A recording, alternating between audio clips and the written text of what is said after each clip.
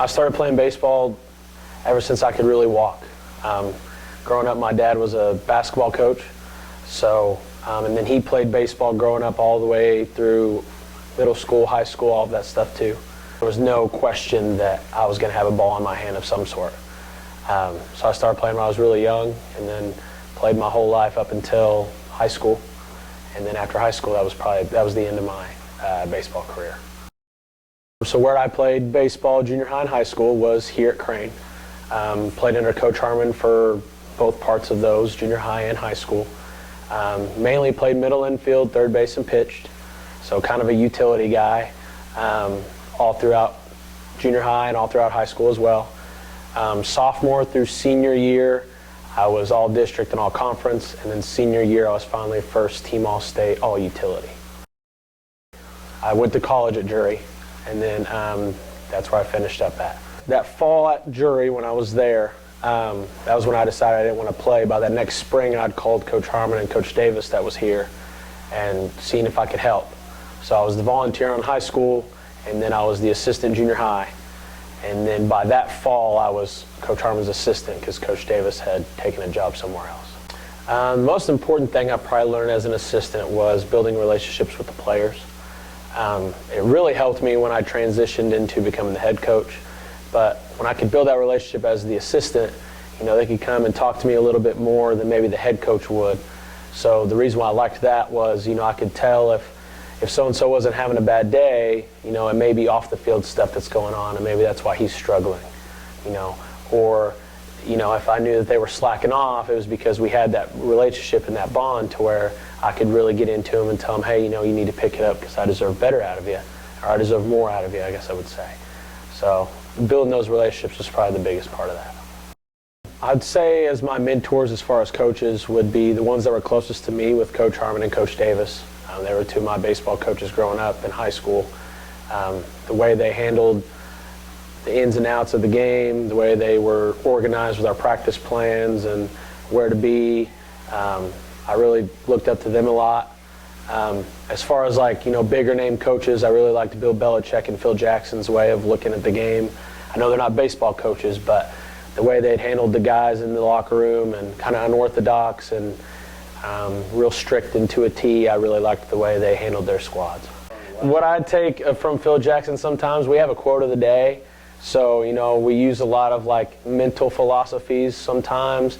I'm big into yoga like he was, so we do some yoga in my weights classes with my athletes. So I definitely steal that out of Phil Jackson's book for sure, yeah. I'd say my coaching philosophy is really player-centered or player-centric.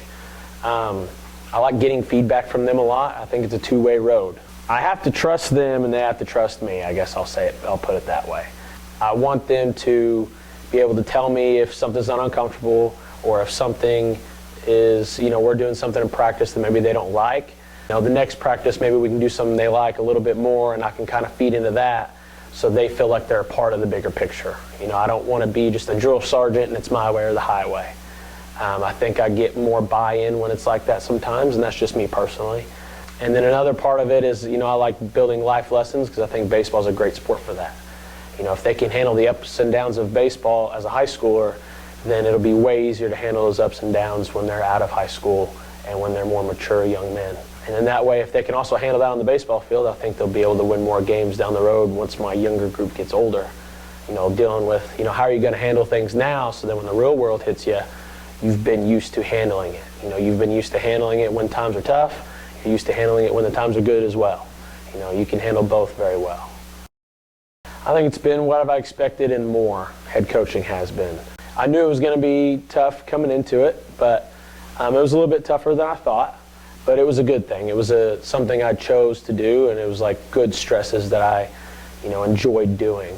A lot of off-the-field stuff that I didn't realize went into it, as far as pitch counts and messaging and texting players and keeping them updated. All those ins and outs of it I didn't really understand the head coach had to do, but I think this fall was huge in helping me learn that so then I can be ready for it in the spring. All the other stuff as far as the paperwork and everything else as far as planning the practice that goes into it, that's my biggest takeaway is how organized I have to be.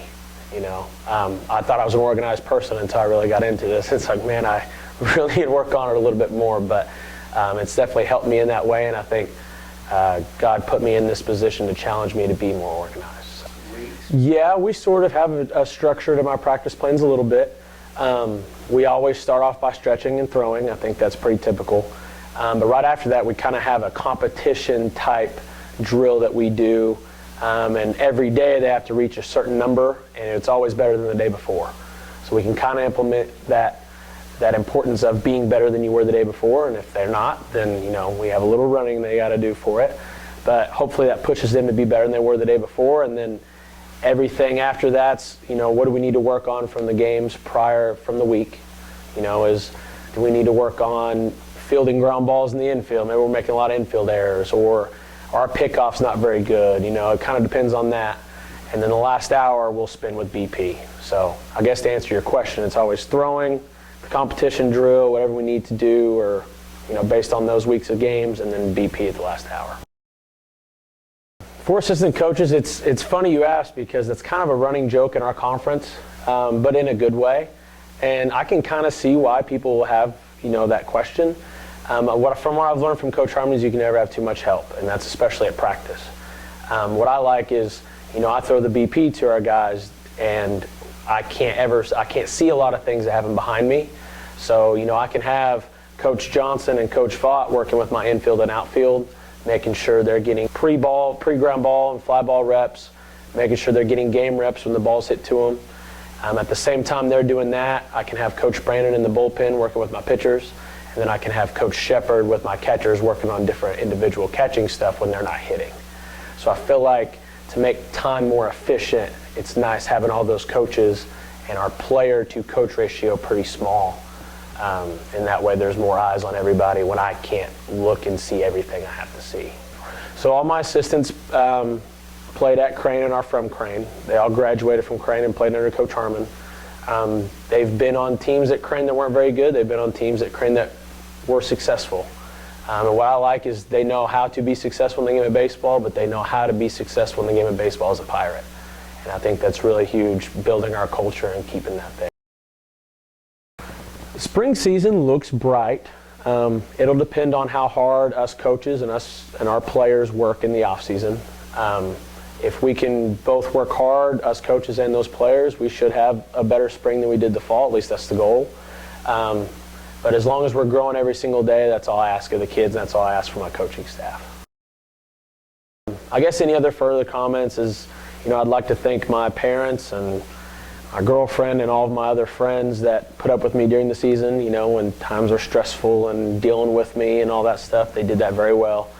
I'd like to thank my players for, buying in slowly to our process of, changing things a little bit. And I'd like to thank, my support from the school, from hiring me in the first place and giving me a shot, and for Coach Harmon and leading me to even become a head coach in the first place. When I first started with him, I never thought in the world I'd ever take this program over, but because of the way he prepared me and prepared the program while I was there under him, it put me in a good position to do so. So I thank him for that as well.